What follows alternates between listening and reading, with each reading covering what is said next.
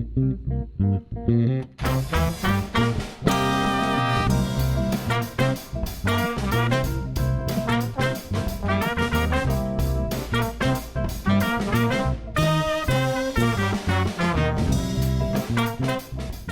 I'm Ted Haftegabber, founder and producer of Live Talks Los Angeles. Thanks for joining us. Since we started over a decade ago, we have brought you hundreds of conversations with storytellers, writers, actors, musicians, humorists, chefs, and thought leaders in business and science. You can watch and hear most of these in our YouTube channel and our podcast. For details, visit livetalksla.org. And now, here's the show you've tuned in to see.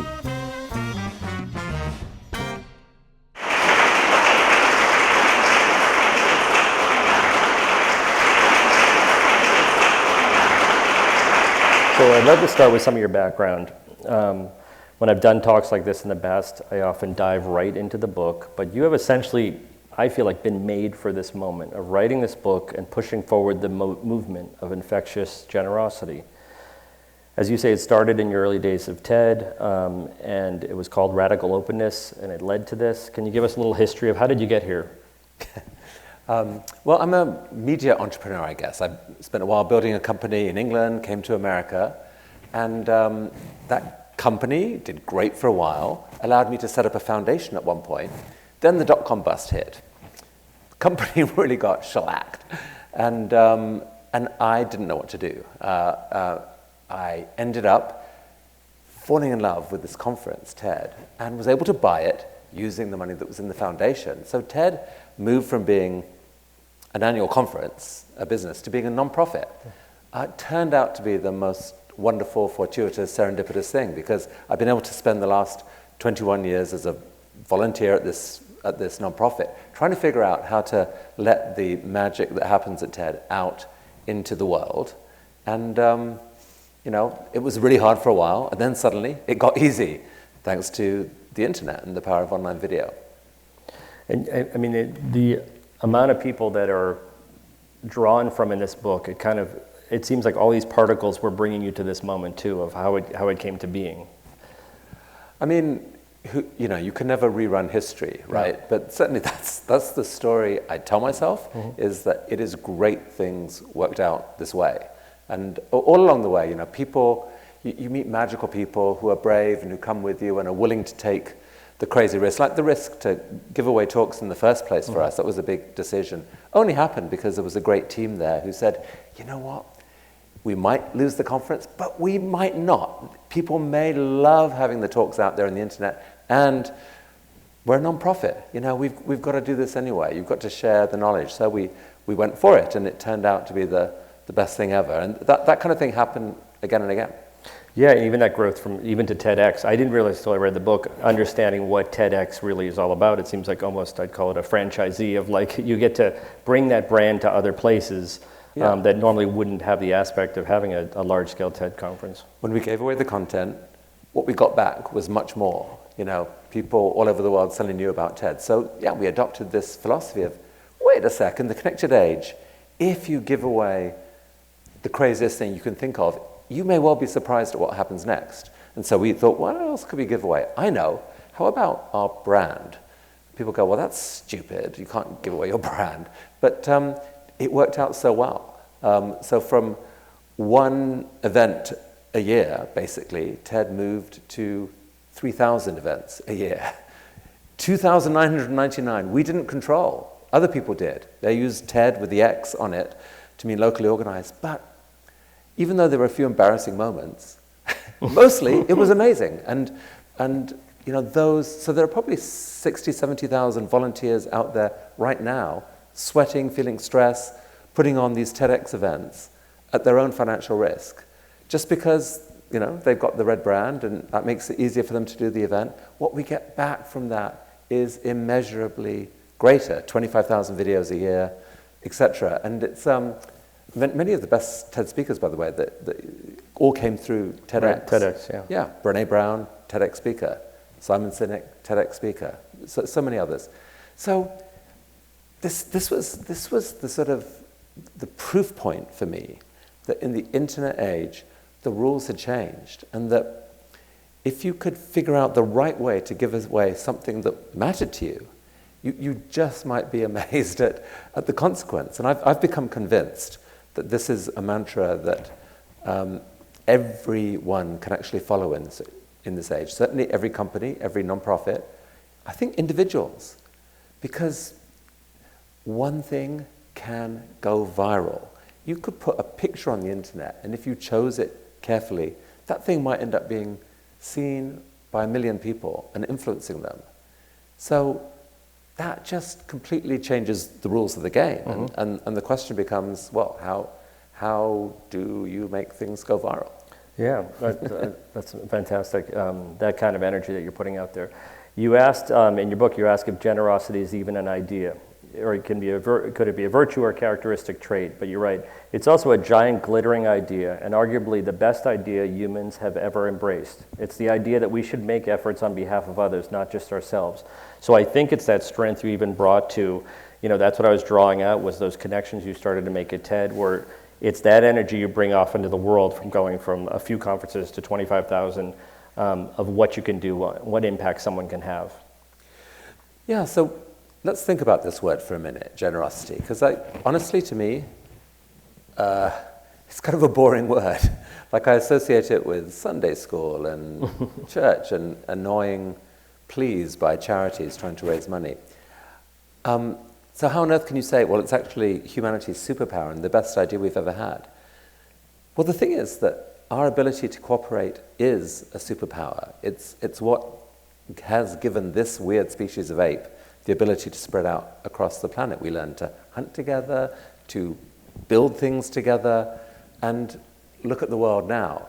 And all of that is only possible because somewhere inside us is this willingness to look at someone in the eye and to trust them, at least under certain circumstances and for a bit, and to be willing and eager to work with them and to be excited about the fact that they benefit and not just us.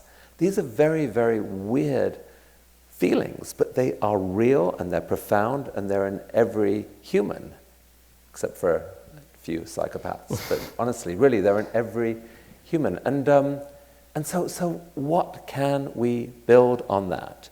And it's kind of, it's actually shocking and wrong and terrible that in much of the modern world, we're not interested in generosity. It never makes the news headlines. It's sort of, it's this thing that we sort of feel vaguely good about, but it's not exciting. If we can make generosity exciting, it changes everything, because we're in an age where that thing can spread. And if that thing spreads, it can counteract all of the nastiness of the world that we're in right now. I mean, that techno-optimist me, if you roll the clock back to, 2010, 2000, that whole early era of the internet, I was like, the internet is the greatest invention of humanity. It's the thing that's going to bring people together. We can see people on the other side of the world. And it was crushingly disappointing that that same internet ended up getting used to spread nastiness and fear and distrust and outrage and disgust at the other, the other tribe, however you want to frame that other tribe. And there are dynamics that have caused this. But the fundamental purpose of this book is to one, say, if we don't fix this, we are all in deep trouble. I mean, we really are, because we will not be able to solve any of the big problems we face. But two, it actually is possible to imagine fixing this if we can crack the code of virality, of something taking off. Have you guys thought about just the amazingness and weirdness of the math of virality? Some of you may remember the magic number from the pandemic, R0, which is the difference between a virus spreading or not spreading. So think about it.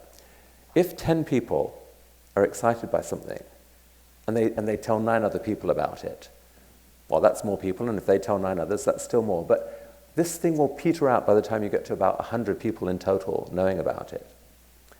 If those 10 people, if that thing is just that bit more interesting, so that those 10 people share it with 11 other people, and that pattern continues, roll the clock forward a month, 2 million people know about this thing.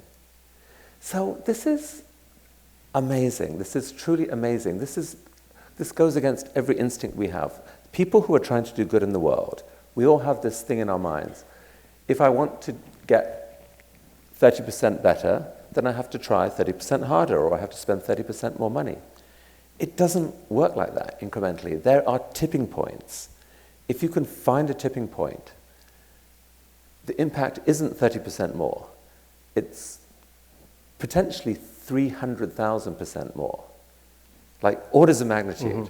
And so those tipping points, it's worth everything to try to find them.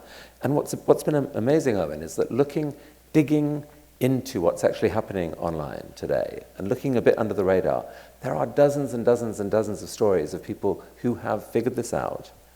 And we can learn from their playbook. We can figure out what it is that they're doing that can actually help any of us at least have a shot at doing something that will create ripple effects. Yeah, I mean, from a scale standpoint, I started to tell you this backstage when we were getting mic'd up, and but we were at an alumni event for Rhode Island School of Design at a friend's pottery studio nearby here in Venice, and we're in the middle of this thing with about 30 people, and at some point Patrick, who runs the pottery studio, said, "Hey, do you want to hug a vase?"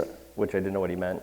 And so my wife and I was there with one of our kids, and I said, "Sure, let's hug a vase, whatever that means." So he puts a piece of clay and he starts working it, and I do ceramics too, but for about 20 minutes while he's telling this story, he's building a fairly large vessel, this big thing. Come on over here. So the three of us get together and we lean in and we hug this vase, and it was kind of like strange and funny and moving, and it was just kind of great in a weird way. And I'm all for calling out bullshit, but I was like, this is actually it was great.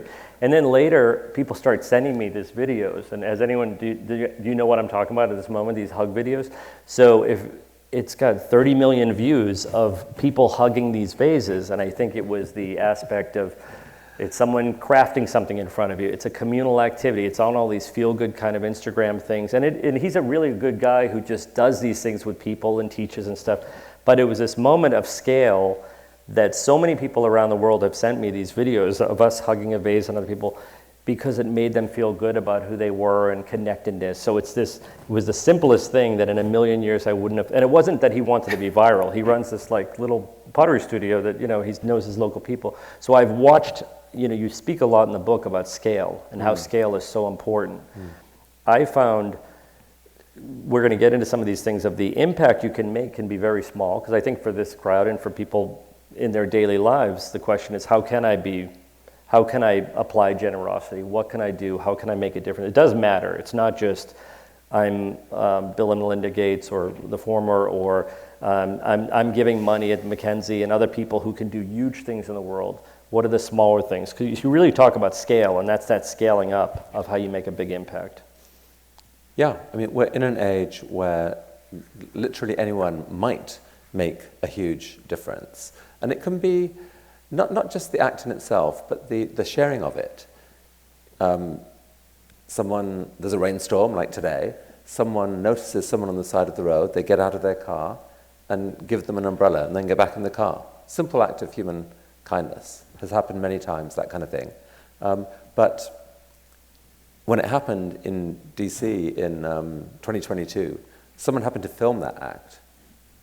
The video was seen millions of times. You go on Reddit and there's something like tens of thousands of likes for this. And these comments that show you that these things it's not just a view, they have consequences. People say, that is so incredible, I was so inspired by that. I am going to buy extra umbrellas for my car. We're a social species. We inspire each other.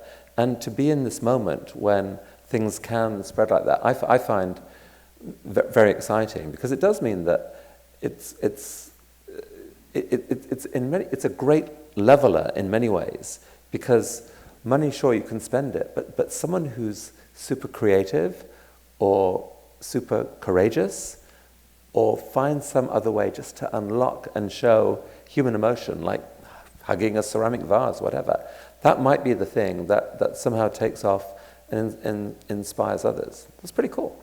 Yeah, no, you shared some stories of how this can inspire people and what are the effects on it. And one was the story of a carpenter in Pakistan who, while they're at a train track, this girl falls on the track, her foot is caught, you might have seen this video, and he basically lays on top of her and they both stay there as a train is barreling down on them, and all the train cars go by and they survive because of the act he did. After he gets up, brushes himself off, and he walks away. Happy said she's okay, and everyone lived, but he didn't give his name and he didn't post anything about it. Someone did happen to film it. And you asked this question, you asked the readers the question, what would they do? And I think about those situations. I think about how would you approach a situation. I'd like to think in a terrible situation, you would step up and I don't know that I would lie on the tracks. I mean, I can't really put myself in that position, but you'd put yourself in harm's way. But you also talk about the human nature of loss aversion. I think that's something intrinsic. Talk about that. Yeah, so I personally, if I'd been there, I wouldn't have dived on the track. I don't think I'm courageous enough to have done that. And I'd have had all these other thoughts flashing through my head. But what about my future, my family, and we all have loss aversion, but the remarkable thing is that I would have felt, and you would have felt, this intense emotion in you to go and rescue that girl somehow. Like it's visceral, it's strong, and it's in us. And it's the core, actually, of what makes generosity such a powerful thing that's wired in us. We are wired to care for each other. And the evolutionary story of how that happened in a world where we're supposed to be looking out for our own survival, it's a complex story, but there's no doubting the strength of the thing that's in there. Now, there's other things like loss aversion and so forth that will counteract that in many circumstances. But I just think, for me, the knowledge that generosity is deeply wired in us, one, and two, that we're wired to respond to other people's generosity.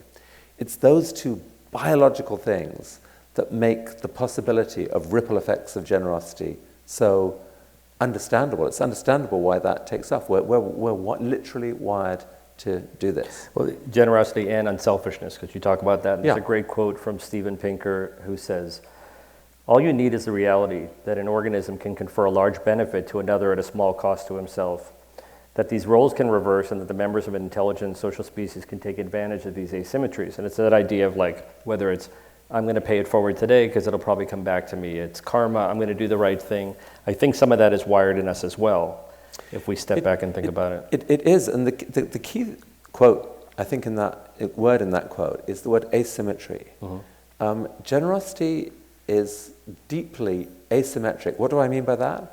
I mean that the cost to the giver is usually much less than the benefit to the receiver. Now, in the case of that carpenter, it potentially wasn't. I mean, he was risking his life to save a life. But in most cases, it's massively asymmetric. What Pinker was talking about was in evolutionary times, it was easy for someone who's got meat and no refrigerator to share meat with a neighbor, knowing that the neighbor has a memory and that at some point that may come back to him. So it was easy for him to do. It's life-saving for the neighbor. Think about it today. A person who's rich can give $100 to 100 people who are maybe making almost nothing. It costs the rich person almost nothing. It gives 100 people something really magical. That asymmetry is so special. And that same rich person may have emotional needs that someone else could, in an hour, talk to them about. And it'd be really easy for them to share some insight and some loving and some hugs and whatever. That could transfer that person's life. So, if you could imagine a world where generosity is dialed up in all its different forms, not just money, but all the different ways that you can be kind to someone else, sharing a contact, hospitality, or sharing enchantment, all these other things. In that world, all boats rise. Just from the sheer, logic of it. It's because of that word asymmetry. Mm-hmm. And so that's yet another reason why I think it's profoundly important to try to spread generosity in our culture. because we're in danger of forgetting this. Well, and you offer tools of ways to reconnect with one another, and I want to talk about this Pangea Day story you talk about, if I'm saying that correctly. Did you see Tracy Chapman on the Grammys? Did anyone see that? So I was so moved by that. I'm from Boston, and I used to see her at the Harvard Coop in the 80s. She'd be in front of the Harvard Coop there, and so she performed, you know about the story, she performed with this guy, Luke Combs, who's a big country star that I didn't know of till a day before when I heard he was performing. And I watched the video of him singing Fast Car. So he released this as a country western guy. There's this video of him on stage with 100,000 people singing along with it, loving it. She's done what she's done in her past, and she's probably living a very good life and just came out of the woodwork for this event. They're both on stage. And it was a really beautiful moment of the social situation we're dealing with in this country for a long time, probably, of, frankly, a black folk singer and a guy who's a country western guy. I don't know their politics and who they are, but I imagine they're quite divergent in some ways. Being connected to a song that you could read in two different ways. And then in the book, you know, when I read this Pangea Day, I thought of this, was how do we understand other people so we can grow our empathy within ourselves to want to give? Because not everyone wants to do things for people unless they understand the situation. Yeah. First of all, Tracy Chapman, one of the happiest moments ever at TED was when she played. I adore her music. And music, by the way, is such, you know, the gift of enchantment. The fact that one person can dream up something in their head, play it, it spreads across the world and creates joy in millions of minds. How beautiful is that? Yeah. Like, how amazing is that is what our culture can do? I think that's incredible. Pangea Day was an exercise. I think we did an expensive project we tried at TED one year as part of a TED Prize. Could you bring the world together by having everyone sit for 4 hours and watch films that were made by filmmakers from all over the world? So it was the power of film to put yourself into someone else's shoes. What impact would that make? And it turned out to be unbelievably special. We had big gatherings in 5 different continents and lots of self-organized gatherings. It was actually the thing that seeded TEDx. TEDx, yeah. The experience of just seeing someone else or seeing the world through someone else's shoes changes who you are. You know, one of the problems with our generosity instincts is that they are wired for our in-group. They aren't wired powerfully for our out-group. Evolutionarily, we treat people who are inside very differently from people who are other. And this is troubling, and it means that empathy alone is actually not the best guide. Like, we need to try and tweak it. But the difference, what is heartening, is the difference between in-groups and out-groups is not set in stone. It's not locked to race or class or nationality or religion or anything. There are lots of experiments that show that if you just build a team, like if you take a group of people, lots of different countries, races, whatever, and you give them all the same team jersey, they will become a team. Like within minutes, they will become a team. And in a game situation, they become the in-group.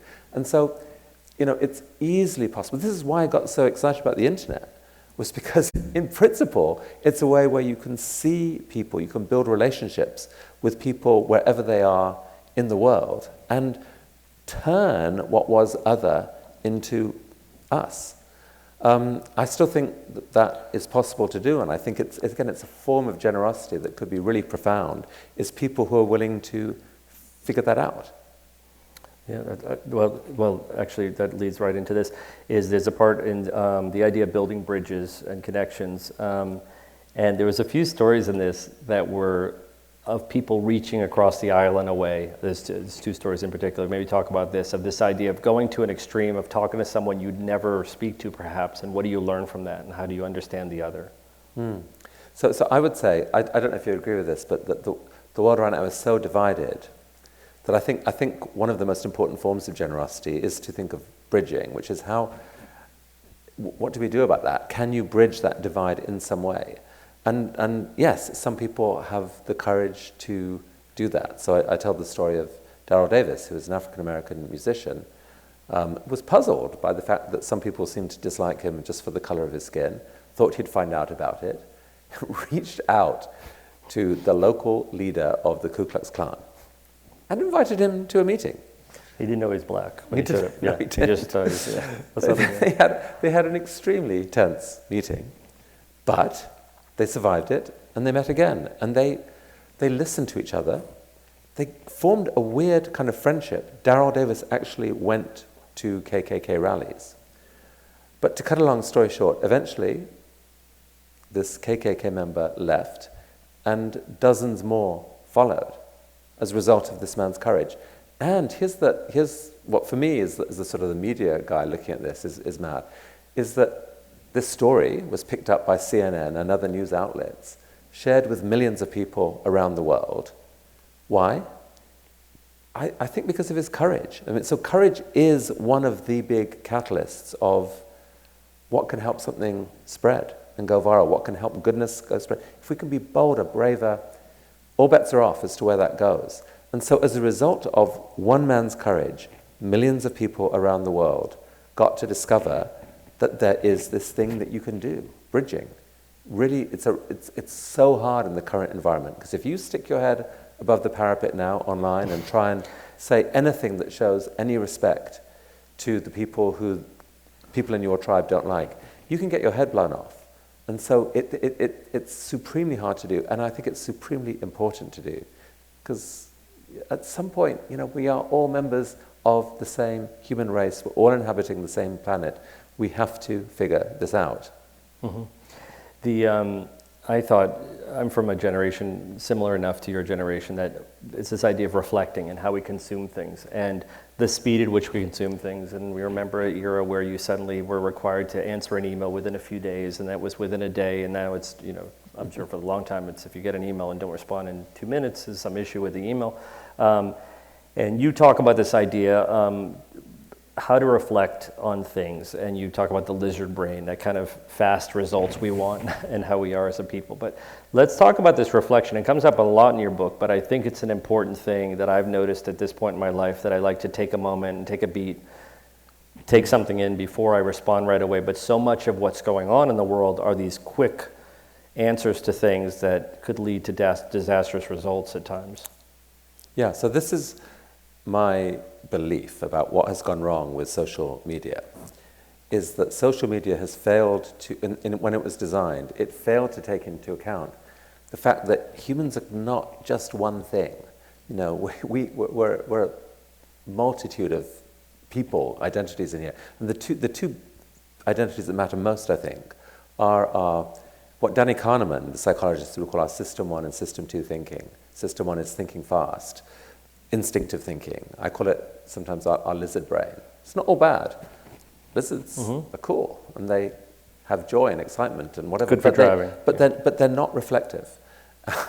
Our reflective selves ultimately are the selves that tell the stories about who we are. At the end of the day, when you say, what do I make of today? Do I have regrets? Am I pleased about what happened? That's your reflective self. On your deathbed, the person who says, was my life okay? That's your reflective self. And ultimately, we are storytelling creatures, and we want our reflective selves to have power. Biologically, our reflective selves have very little power. Most of what we do is driven by instinct. John Haidt's metaphor is, we are a boy riding an elephant.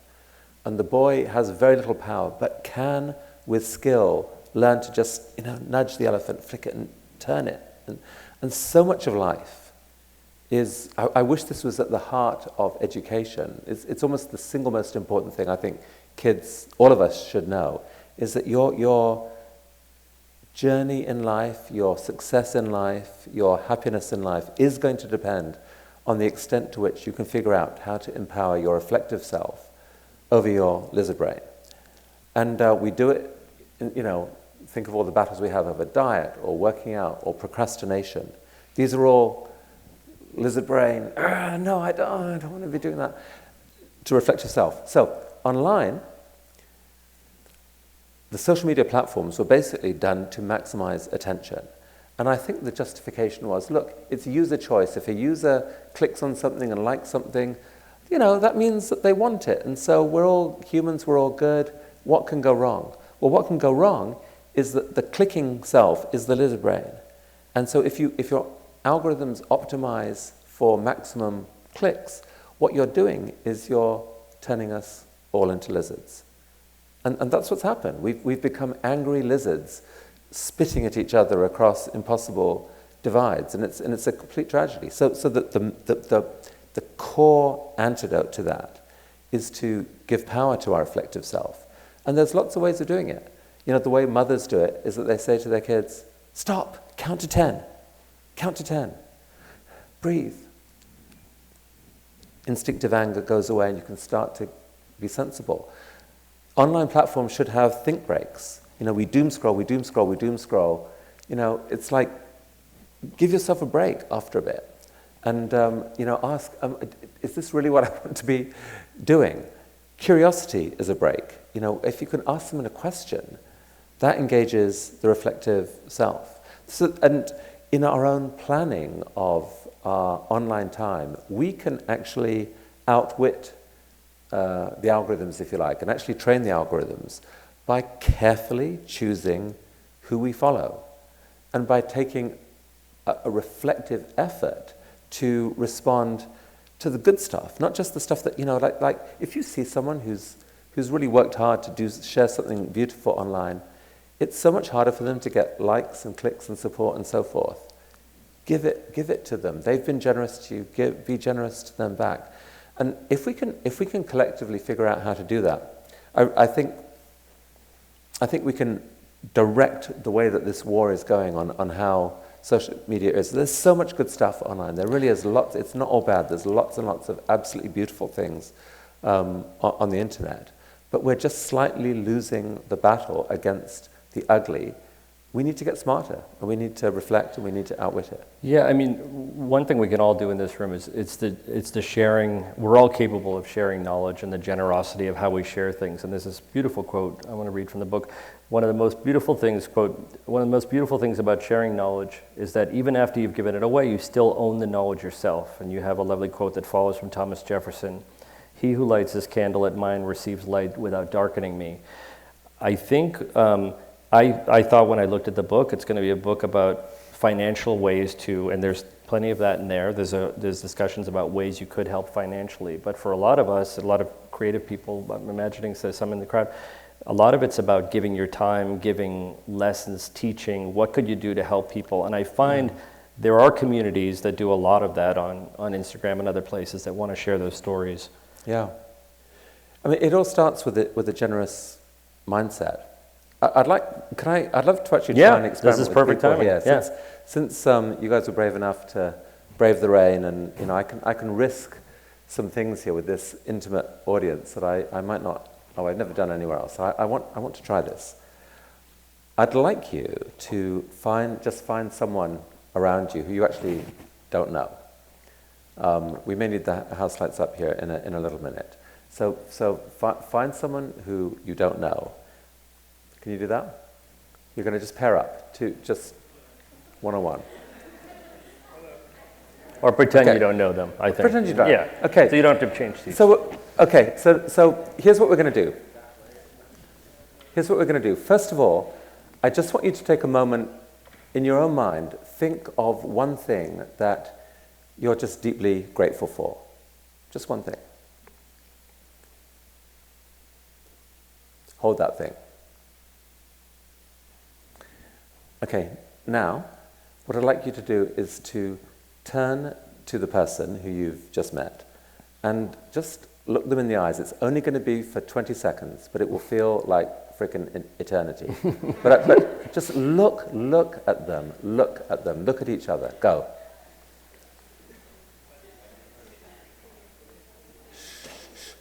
In silence. Just look.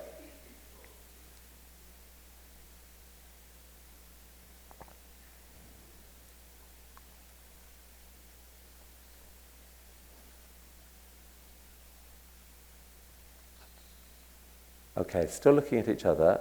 I want one of you to ask the other, is there something that you really need right now?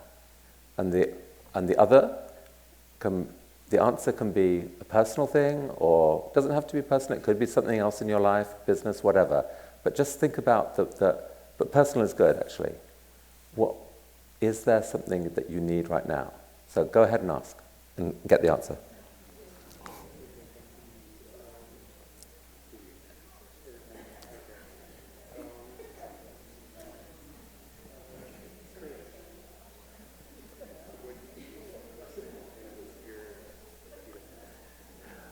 Okay, and I'm going to cut you off there. These conversations can continue later. Now just ask the question the other way. The other person asks the question.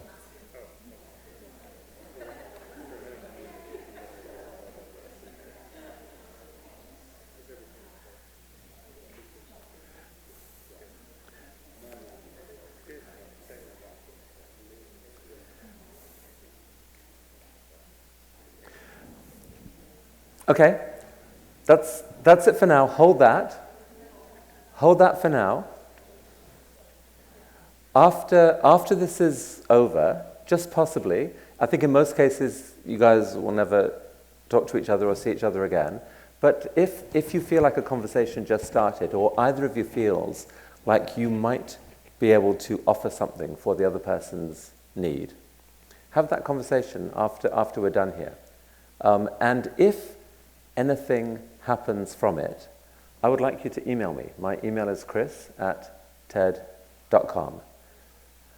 I'm interested in ripple effects, and I've become convinced that even the tiniest act of generosity can, in some circumstances, lead to something amazing. There's lots of stories in the book about this happen, but it all starts with, all generosity actually starts with gratitude. You have to be in that sense of, I feel lucky to be alive. I'm grateful to the universe in some way. That is what gives you the ability to put yourself into a generosity mindset. And then it's just about the gift of attention. It all starts with that. Either just letting someone feel seen, literally feel seen, or giving the gift of attention to a cause or something, taking a moment to go outside yourself. From then, all bets are off. Those simple acts can start you on a journey that may, in some cases, be utterly mind-blowing. So I'll be crushed if I don't get at least one email. So I'm counting on at least one pair here to have something special. The last time he did an experiment, he gave everyone $1,000, so I would definitely email him. That was a different story. I'll follow up that with something we were talking about backstage. You talk about, and it's the perfect city for it. I'll tell you, living in Los Angeles, we've been here 20-something years, my family, it's fundamentally about having someone make a connection for you, you make a connection. And I think it's because we're not a deep urban epicenter like New York or something where you could bump into people, or London and you know people from parties and things. LA, you could live a whole life in one part of the city and never see people, as we all know. So you talk about the importance of making connections or an introduction. I personally feel like that is one of the strongest things you can do, other than looking at someone in the eye and asking these questions. But if you can't, being able to say to someone, Chris, you've got to meet this. We just talked about our friend Ty backstage. Oh, he said, I had lunch with her today. I said, that's funny. You know Ty. Who knew? Did you really? Did someone have dinner with her today? Is that a joke? Who knows Ty? Ty gets around. I love that. I'm glad we have that on video. That is the way it works. But what I've learned, and I know for my university alumni association, every time a student reaches out to me, and I think I go on LinkedIn twice a year, if I find those messages, or if it's an Instagram or something, they can actually find me, it pays dividends every time these people come back to me and say, yeah, because you did that one little thing that cost, and it's a theme in here, that a lot of what we could do takes so little effort to do so much for someone. Exactly. It's a classic case of asymmetry and generosity. The gift of a connection might cost you one email, and it might change someone's life. It can literally be transformative to someone's life. Wow. And yet we, because it's a bit uncomfortable and because we're busy, we often don't do it. There's so much underexploited opportunity there to do something that might end up magically.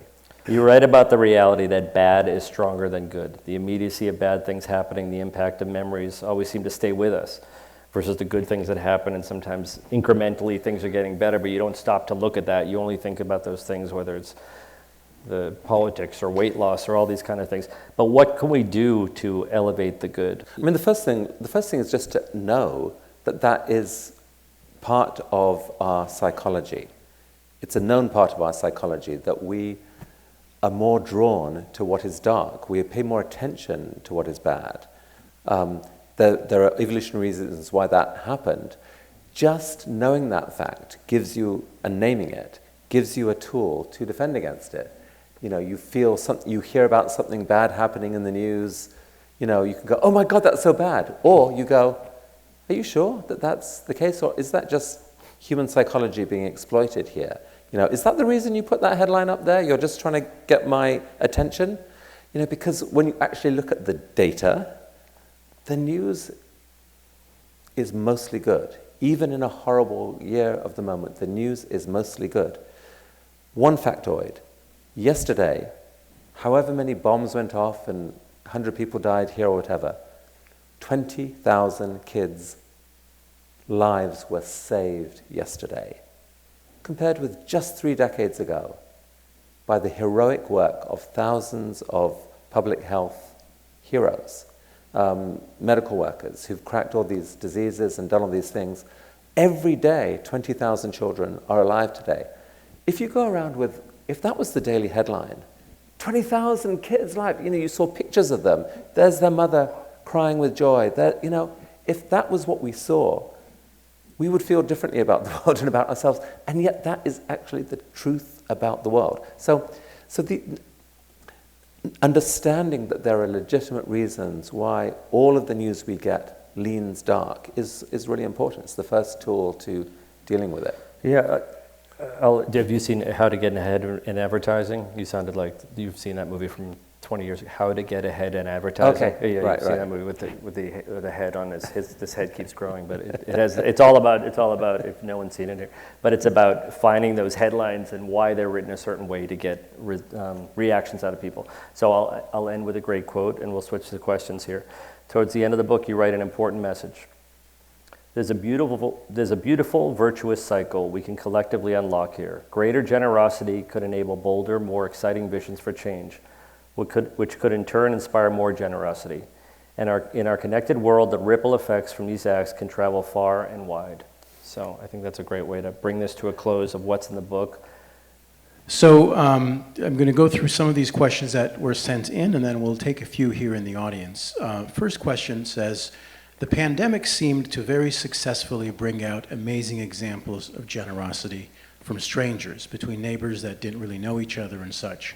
Would you comment on that situational nature that seemed to generate that spirit, and what else might do that outside of those circumstances?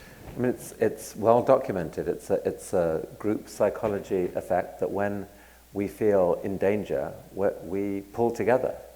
I becomes we. Happens in wartime, happened in the pandemic.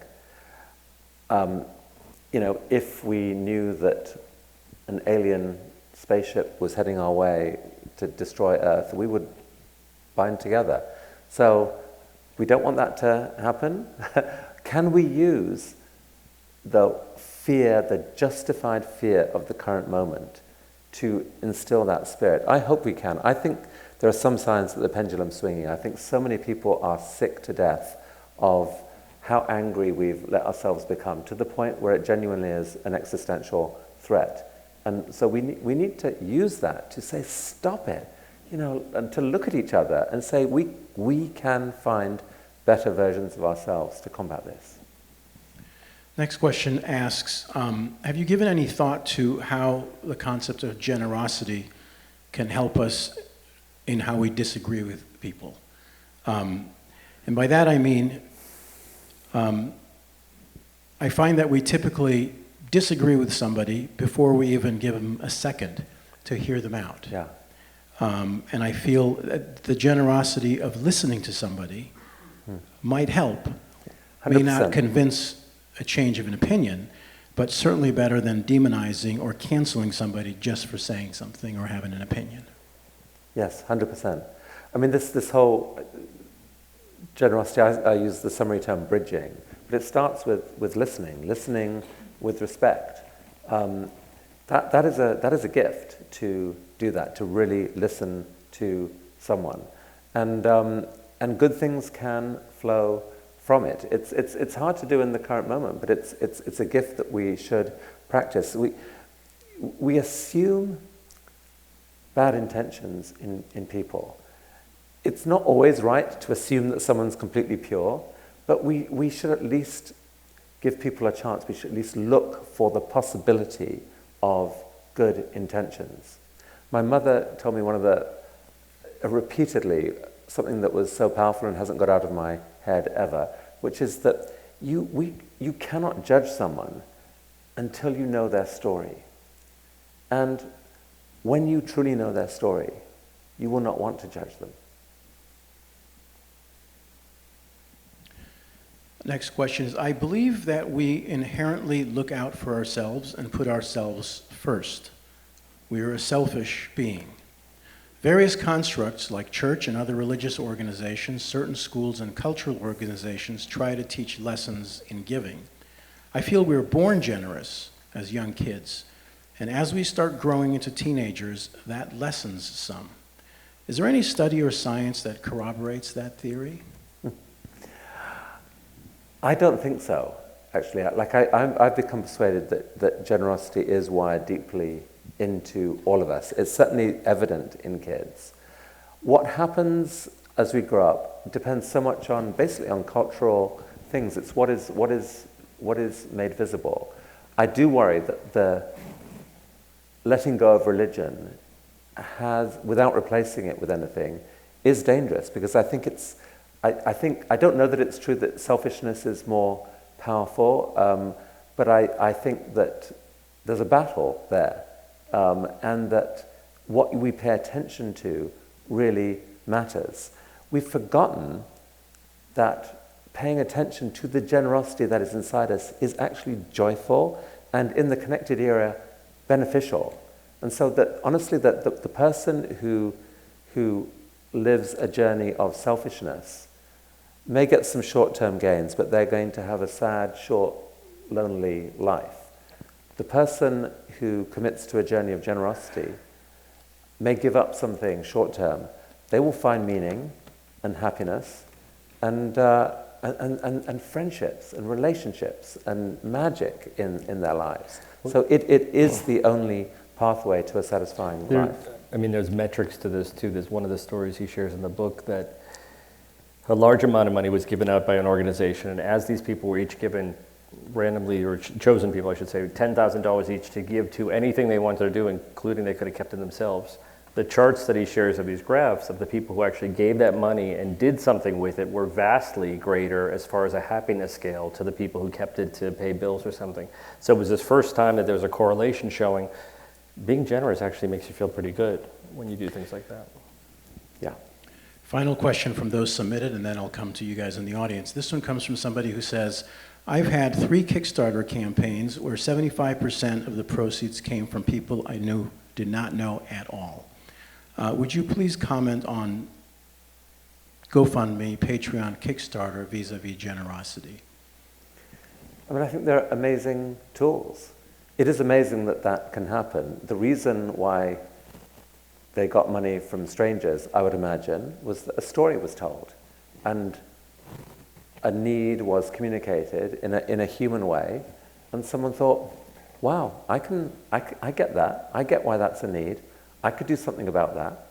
And it's then the most natural thing in the world to do something. So I think I'm so excited to be alive now. I think the connected age we're in with these tools gives us opportunities we've never had before to share kindness with each other. And, it's great. That they're great tools, and it's absolutely part of what it is to be human, to respond to that kind of appeal when it's done the right way. Chris, would you consider facilitating our nonprofit's board retreat on Saturday?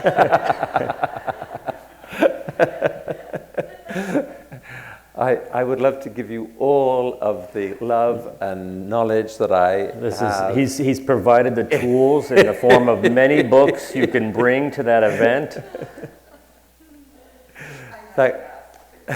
Thank you for the question. I like that.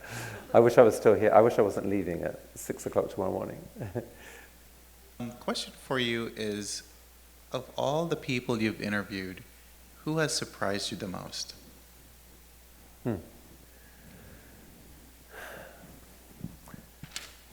I'm actually going to go with Catherine Barrett, who you may not have heard of unless you read the book. I'm doing a new podcast series based on infectious generosity.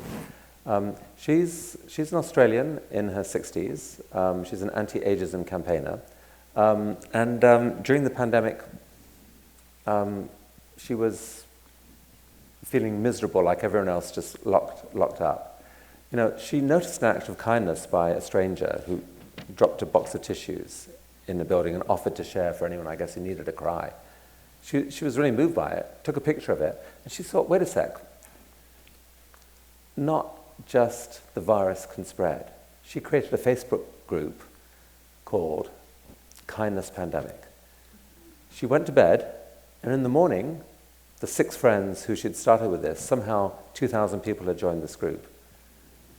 Today, there are 500,000 members of that group, and the stories that they tell are breathtaking. So this woman, you know, she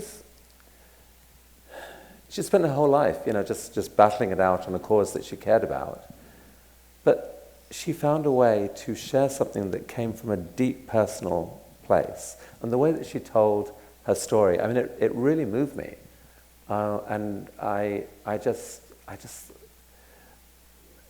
felt so grateful that there are people out there in the world. This group started doing crazy things, like there were stories earlier on in the pandemic of people in supermarkets were attacked like a supermarket, like a checkout person, because they couldn't get the last toilet roll or whatever. And so this group started this kindness to supermarket workers thing, where people would go in and, you know, they'd buy like a little box of chocolates and then give them to the checkout girl at the till. Say, just thank you for what you're doing here. It's cool, and then share these stories, and I just find it's just so beautiful that this could happen. So she's in one way an ordinary person, in another way she's an absolutely incredible, one of the most inspiring people I've ever spoken to. Hi, Chris. I'm curious, you told some stories that you said went viral, and there was a lot of attention about the stories. I'm curious if you've noticed patterns or frameworks on how to get people to act, not just watch generosity. Yeah, that's a great question, and I think I don't have a slick answer to that, because I think it's different in each case.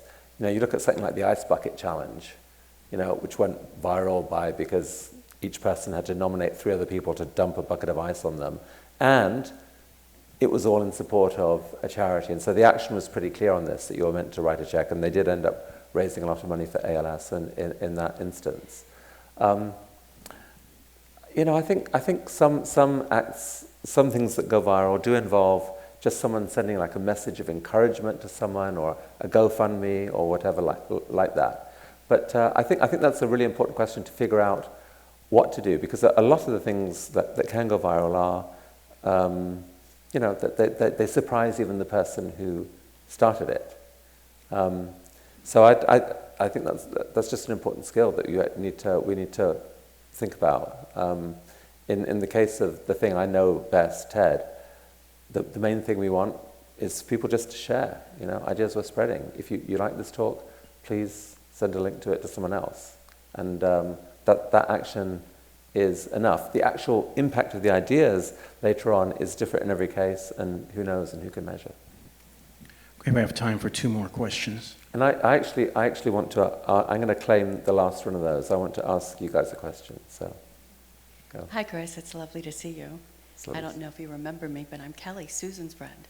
Oh, it's good to lovely. see you. Yes. Hello. And you answered my question just there, because I was thinking, what is it that makes people want to share. And I think you answered that, like that curiosity, the intensity, the passion, the question. So thank you. You answered it. Yeah, and I think in the book that I took, in terms of just something who wants to share a story, it's some combination of human emotion, creativity, courage. Those are the three first things to think about. Here's my question. Is there anyone here who runs a non-profit or some cause that they're passionate about and who is just feeling kind of a little bit beaten up right now, or just, you're feeling this work is hard that you're doing? Do I see one? Do I see another? Is there just... I was worried, Ted, you were going to raise your hand. Okay, I'm gonna. We already have few. So I'm gonna go to you. Tell me about what is your non-profit or your cause? So I'm a board member and an active volunteer for a charity for people with tinnitus, or tinnitus, as some Americans will pronounce it. And I'm actually over here. I was at a conference for otolaryngology. To be the patient advocate for tinnitus research. I'm not a doctor, I'm a recruiter. So very out of my ballpark. And we're here, we're trying to raise funds, we're trying to push the patient agenda. I have tinnitus, it's horrible. And after 5 days of talking about it and speaking with researchers talking about mice models and this and that, I'm exhausted. And I'm just like, I actually came out of it with less hope than I went into it with. And I find myself digesting, and I'll keep going with the fire lit, but it's a long road, I missed your name at the start. Megan, sorry. Megan. Yeah. Can you describe what the tinnitus sounds like to you? What is the experience of it? Well, everybody has different sounds and pitches. In my case, it's a high-pitched ringing in both of my ears. That's there constantly? Constantly, yeah. And I've had it for 14 years, so no silence for 14 years. And some people, it's so debilitating. For me, I can function. I'm fine with it. No, I'm fine, but a lot of people's stories are worse than mine. What is the bottleneck of the charity? What would make a difference to the charity's work right now? Is it fundraising? Is it recruitment? What would make a difference? What would make a difference to us if more money went into tinnitus research? So fundraising, I think, for the overall cause, more so than ourselves, actually. So two things. One is that, just whether you're familiar with, that there are these devices that are coming out that seem to offer some relief. David Eagleman, who's spoken on the TED stage, has a device that you wear on your wrist, and over a month or so is supposed to to deprogram your brain from the sound. And I don't know if you've experimented with it. If not, I would love to connect you with David on that. What would make a difference to the charity? Like, what is the charity trying to raise? I mean, we're trying to, at the moment, raise funds for, like, our charity started as a chat room for people with tinnitus in 2011. It still looks like that. So think of a very old school Reddit board. So we're trying to do a little bit of a rejig and update the UI of the charity. That's going to cost us 25 grand. So that people can get access to the information a bit more. Okay. And second to that, it's designing more content, more information, and getting it out there for patients. So here's what I'd love you to do, if you'd consider it. Just, again, this is partly just me in experimental mode and interested in infectious generosity. I'd love you to create a GoFundMe for $25,000 for what you just described. So that means just writing it up in however form you can, putting it up at GoFundMe. Then I'd like you to send me a link to that. And if the organizers are okay here, Ted, to anyone else whose email we have here, so that we can send that link out. Sure. I'll put the first $1,000 into that GoFundMe, and I'll try and I'll share it online, and let's see what happens, because I think it's a horrible condition, and I think you're eloquent, and I think it's a gift that you came out here tonight, and I think there's a good group of people here who will help you on your way with this. Thank you so much. That's incredible. Thank you. I want to hug you. Thank you. That would be wonderful. Chris@TED.com. So write me after. Well, that was a wonderful way to end it. I wanted to add to that as well. Just you sharing a story and being brave enough to do that, and the communication that just happened that we all got to witness was pretty beautiful, because I will not try to pronounce either one of those variations of the word, but I have more of an understanding of what it is, and just that understanding is that part about the connectedness we all share. So I look forward to hearing more about that. Thank you, Chris.